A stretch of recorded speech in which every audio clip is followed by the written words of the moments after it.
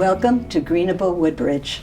I am your host, Carolyn Ehrlich, and today we have a very exciting topic and great guests. With us is Nicole Lawrence, our Sustainability Specialist in the Division of Sustainability for Woodbridge, and Sophia Schaefer, who is a graduate student at Stevens. And the two of them have been working together for the last few months to put together our new sustainable plan, which will be our guide for sustainability for the next few years, many years actually. Yes. So why don't we start off with telling people what is a capstone project? Yes, of course. Well, thank you for having me on the show. I'm very excited to be here. So a capstone project at Stevens is a cumulative research experience for the graduating seniors in order to apply their quantitative knowledge in real-world applications. So it looks like partnerships with mentors who are working in the field currently. We get to pair up with them and get some insight onto what it looks like to incorporate sustainability on a daily basis. And being able to put sustainability into a township must have been a really unique experience for you. It was very exciting, especially because it is a public project too. A lot of sustainability initiatives are more in the private sector. So having the opportunity to come and work with Woodbridge and develop goals that are going to have local impact has been super exciting for us. Thank you. Yeah. And Nicole, explain what a sustainable plan is.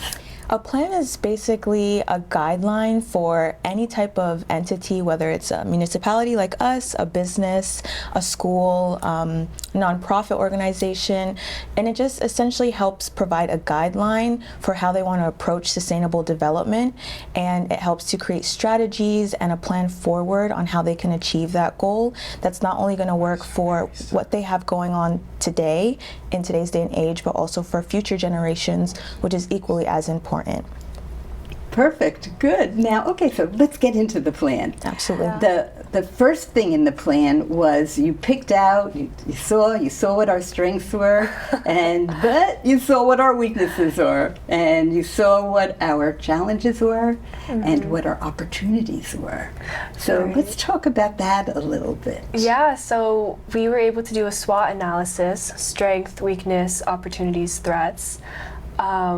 Taking a look at your previous plan, you guys had a very detailed and up-to-date energy plan as well. You guys, you really have a good understanding of the current landscape in regards to sustainable energy, as well as your community engagement. Those were some big strengths that we kind of noticed right off the bat. And then in regards to weaknesses, not too many. Woodbridge is, yeah, of course. Good to hear. We passed the test. You do a good job, yeah. The only thing that we did kind of notice was a lot of the goals that were set were a little broad, and they lacked time-specific, time-bound goals and targets. So that was just something that we were able to kind of really work on in the new plan. Absolutely. Opportunities, of course. You know, you guys are a township, so we looked for other townships of similar size. I was going to ask you about the benchmarking. Yeah, yes, that was an opportunity. What that is, right.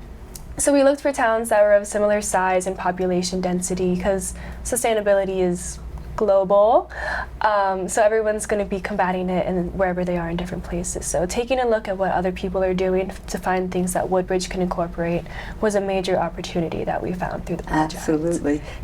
Nicole, we reached out to Stevens and to do this project. Correct. Why did we reach out to Stevens, and are you happy with how it all worked out?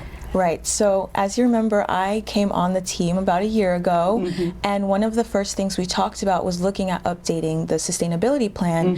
As it has been a few years, there are some updates that took place in 2023, but most recent big changes weren't made until like 2018. So when we were looking at the plan and realizing some of the weaknesses that we saw, that actually your team identified a lot of the ones that we resonated with, especially with the accuracy and relevancy of the plan. And the measuring. And the measuring. The metrics we were not good really, with metrics. Exactly. That was the first thing I noticed. So when I realized, oh wow, we have so many great initiatives that we're doing all at once, but how are we knowing that this is actually making an impact and that we're actually making progress? So as we look through the plan, we literally had meetings on a weekly basis where we would comb through each section, where we would comb through each section and realize, okay, this isn't really relevant anymore, or this needs to be updated, or we need to make sure that we have numbers connecting to this because we know they exist somewhere in the town. We just need to find the right person to get that information. And we realized that this was actually a bigger project than we thought, considering that, a lot of municipalities don't have sustainability teams or green teams, and even though we do have one, there's only 3-4 of us. So we thought to extend the help to a reputable institution. Stevens for sure. And so we did some research, and we found Stevens, and they had a sustainability management program, and they were very open to the idea. As someone who has a master's and a capstone, I was going to say that you had done a capstone before you came to us. Absolutely. So I thought, this would have been a great project if I was in, my master's program. So thought to pitch it to you guys, and everything just worked out. And especially with Stevens, you guys are very focused on like technical, quantitative, and data, which was something that we really needed in our report. And I have to say that you guys did an amazing job, because not only did we give you a lot of information that you had to digest, but you gave us very manageable metrics that we feel confident we can achieve. And even if we can't, I think it's just a great, foundation for us going forward to be able to track them.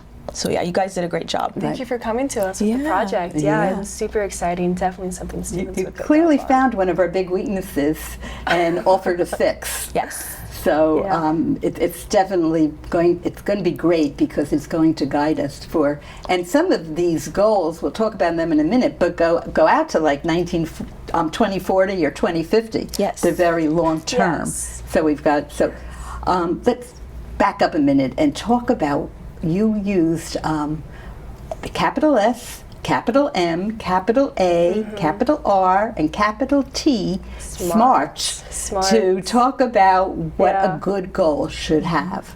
So describe what that is. Yeah, of course. So notice the goals. We used the SMART method. So SMART stands for specific, measurable, attainable, relevant, and timely. Which is what we want to have when we're making, manageable and efficient goals and objectives that we want to achieve. So the way that we kind of formulated the goals was, I think like Nicole mentioned, first trying to figure out what the baseline data was, and collecting that, and then the first step was to figure out what it was that Woodbridge is looking to achieve. So what is your broad target?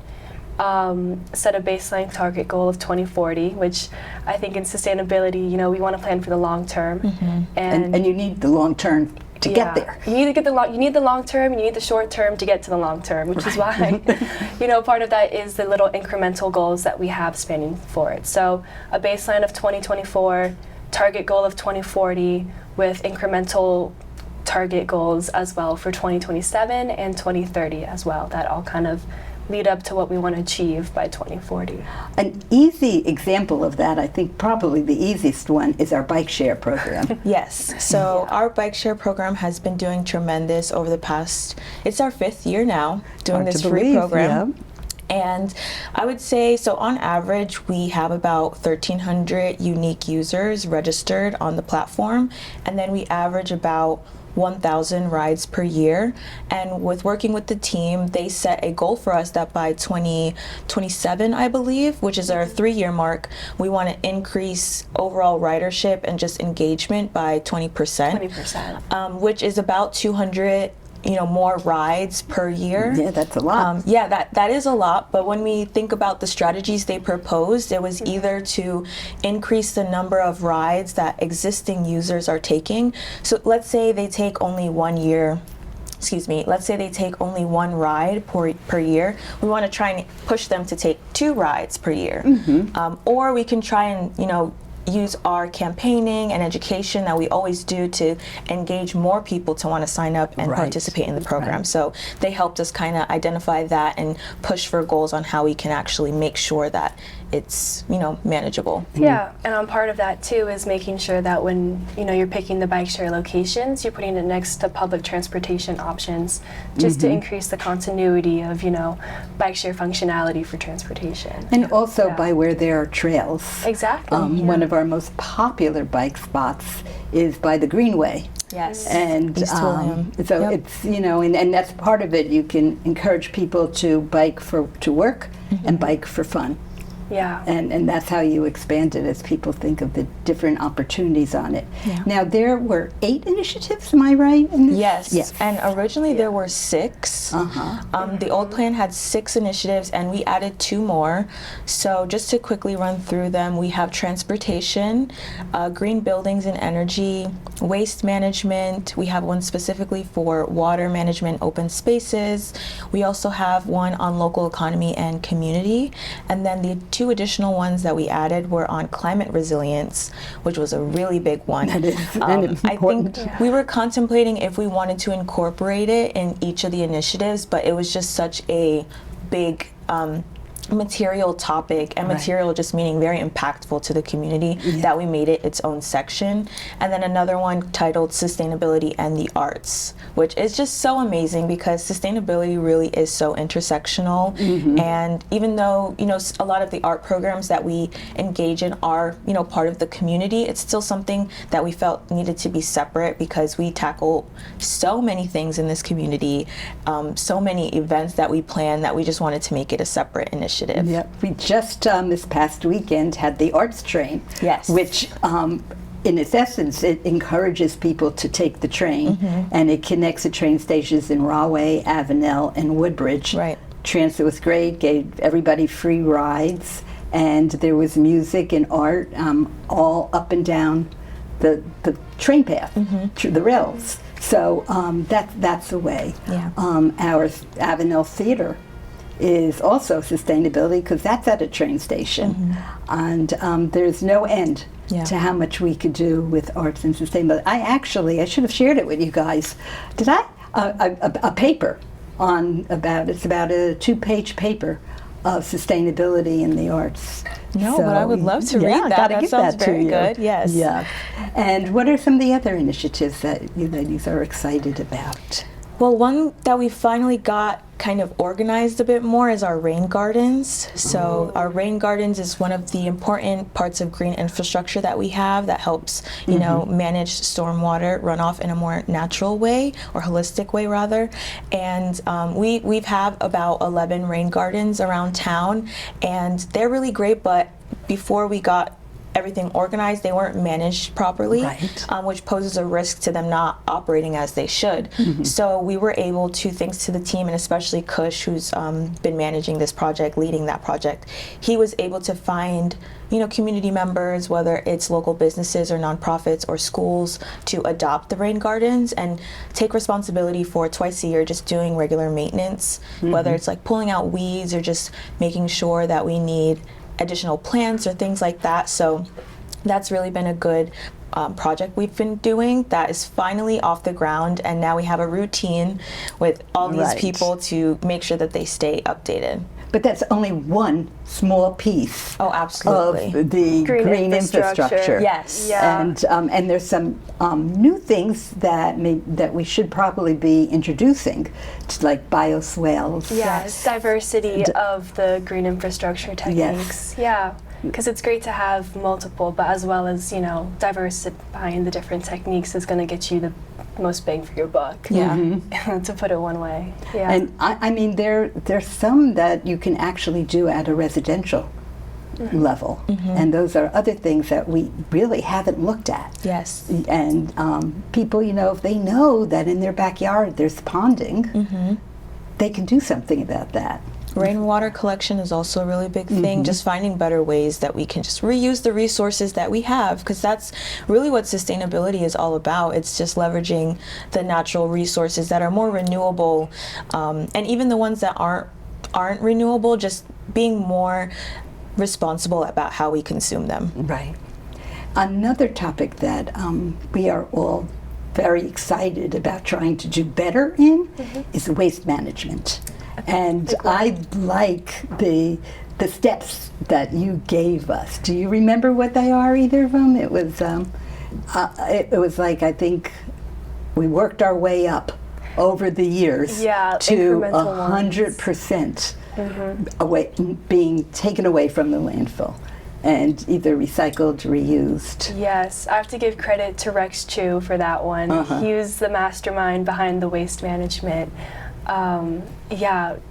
Being able to divert your waste from landfill and potentially reuse it as well for bioenergy as well has a lot of opportunity that Woodbridge can take advantage of. So it's very exciting goal. It is. Yeah, and last year we launched a few really good programs from our residential food waste program.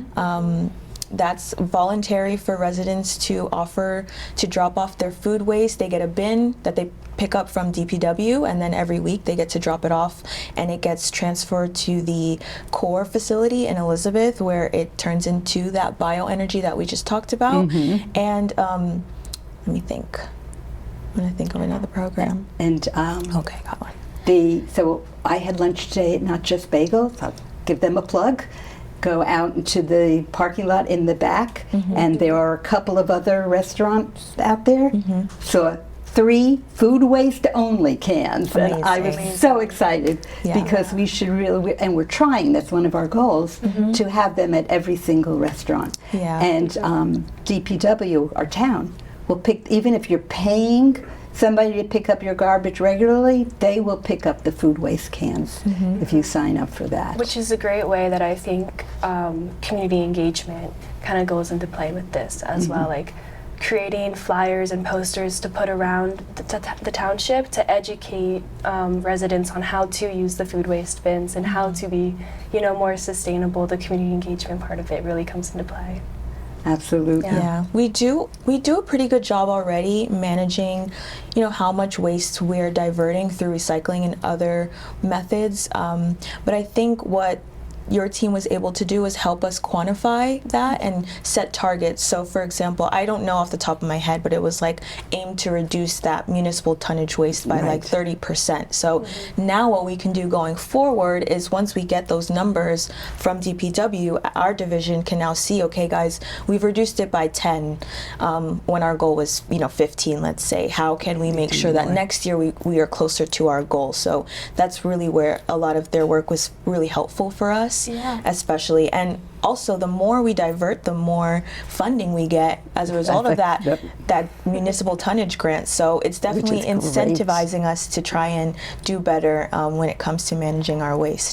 And we can do, I wouldn't call it a mini plan, but we can take the sustainable plan and do then like a waste management plan. Yes. Based on the same structure. Okay, where are we strong? Where are we weak? What are our challenges? Here are our benchmarks, and just do a whole lot of more categories. So that we can really move forward with that. I have to give you credit too, because you introduced a zero waste strategy for us. I remember that huge binder of research. I'm trying to get back from you. I have it. But the huge binder of information you gave me helped us kind of draft a zero waste strategy that when we have our waste meetings, we're able to kind of draft up. So in 2024, we were able to do that. So I'm hoping in the next report that we update, we can make some progress on that as well. Right. And we've done a whole lot of things since we wrote that plan. So we should definitely be moving a little bit in the right direction. But that's big. That's big, and it's difficult, and you really need a lot of resident participation and help. And what we can do on our end is make it easier for the residents. I think that's one of the biggest challenges for sustainability in any area. It's how can we make it convenient, because everyone's so used to the normal where it's like, oh, I can just throw it out and someone's going to take it away from me and I don't have to deal with it anymore. But when you realize when you throw that out, it's going somewhere and we have to find a place for it. It doesn't just disappear. That awareness makes people more conscious of how they're disposing things. So I 1000% agree. What was your favorite part of working on this? Well, I'm a big fan of nature and green landscaping and infrastructure. Oh. So being able to kind of take the lead on that section of the project was a huge little like nerd out moment for me. And the water management part of it as well. Just working with Nicole and the team, you guys were very encouraging, and it was good to get kind of guidance around what it was you guys were looking for specifically. Because when we were creating the goals, we wanted to make sure that we weren't, just making goals that weren't going to be obtainable or relevant, or like what your priorities were for the township as well. Because if we made one goal in, let's say, like green infrastructure that was super ambitious, you could do it if you wanted, but you'd have to like really put your resources into it, whereas the township might be focused on energy instead. We wanted to make sure that whatever we were developing for you guys was meaningful and tailored to what you're trying to accomplish as a township. So I guess working with the client and understanding, building that relationship of how we can make this impactful for you guys was a fun part of it, I think. And remembering one of the hard things for us, if you're doing a sustainable plan for a company, a private firm, they probably have more financial resources. But we are very limited, being that we're using taxpayer money. So that's kind of why we have to be more creative with a lot of these actions, with the green infrastructure. We have to wait till we get grants sometimes, because there's only so much that you can spend out of our pocket. That was another aspect of it that I think was really enjoyable for everyone on the team. Sustainability has a lot of subfields within it that touch on almost every different sector. So being able to work with a government facility that does touch every single part of sustainability, it was really fun for us to be able to kind of not stretch our brains, but really like critically think about, how it's going to overlap and touch different things. Whereas like a business perhaps would be financially like greenhouse gas emissions, how you're treating your employees. You guys are worried about transportation, water management, waste, the residents themselves, and the landscape that they live in too. Like, this is the built environment at the end of the day. And we were happy this year. We got a couple of Energy Star Leads type buildings we saw that. built. That's yes, exciting. we were very excited about that. The senior housing as well, the Green Oaks. That was a really big project that was Energy Star certified, a multifamily home new construction. So it's great. I mean, at the same time as we're trying to, change existing things that we have going on and make them more sustainable as we build new, it's really great that we're already implementing sustainability practices in them, so they just exist as that. And we can make sustainability almost a standard for future generations. That would be amazing. There's kids growing up and they're going to be like, oh, I always thought buildings were, energy efficient. That's kind of what we want to aim for. That would be the norm. Yes, making sustainability the norm. And the kids in school right now, they know it.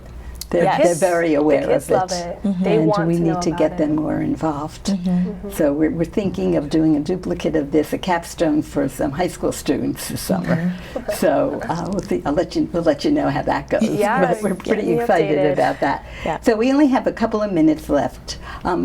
If you want to talk about what your best takeaway from this project is. I'll say my best takeaway from this is the fact that we finally are able to streamline our strategy so that it's very approachable for us. Because as you said earlier, originally it was very broad, and it was kind of like we had the idea, but now that we've updated the plan, I almost feel like we've got the dot on the target and we can see where we're headed.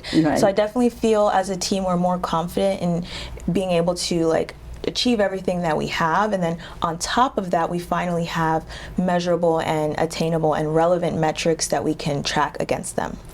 That is so good. And how about you? This is a lot of the project was just kind of organizing what you guys were already doing and giving you guys relevant time-bound targets. So that was kind of great for us to have something that we're strong with at Stevens, be able to take something that we're good at and give it to the township and make it better for them as well. Absolutely. So that's fulfilling. Yeah, and just getting You need to go involved. back to your professors at Stevens and let them know how much we appreciate this and how Yes. much we're hoping that they give you an A, because they certainly deserve it. But yeah, this has been one of the best projects. And I just want to let our listening audience know that this plan will be on the Greenable Woodbridge website. And we would love to hear your thoughts and your ideas. And you can email us at Greenable Woodbridge, and we will respond to you. And we are always looking for more members for our green team. And hopefully this motivated some of you who are listening to be a part of us. Yeah. Thank you. Thank you for watching Greenable Woodbridge and being a part of the challenge and part of the excitement. Thank you.